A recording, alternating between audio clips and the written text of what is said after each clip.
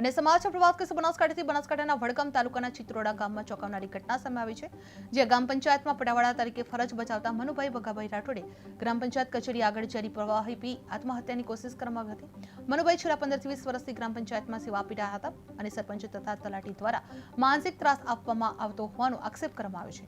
આ બનાવ બાદ તેમની તબિયત બગડતા તેમને વડગામ રિફરલ હોસ્પિટલ ખાતે ખસેડવામાં આવ્યા હતા, ત્યાંથી વધુ સારવાર માટે તેમને પાલનપુર હોસ્પિટલ ખાતે ખસેડવામાં આવી રહ્યા હતા।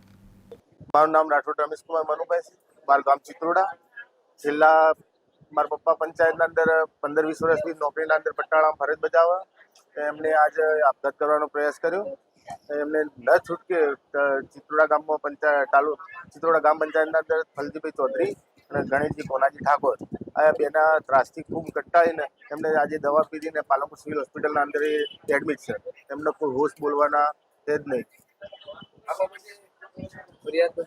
હા, આ બાબતે હું વડગામ પોલીસ સ્ટેશનમાં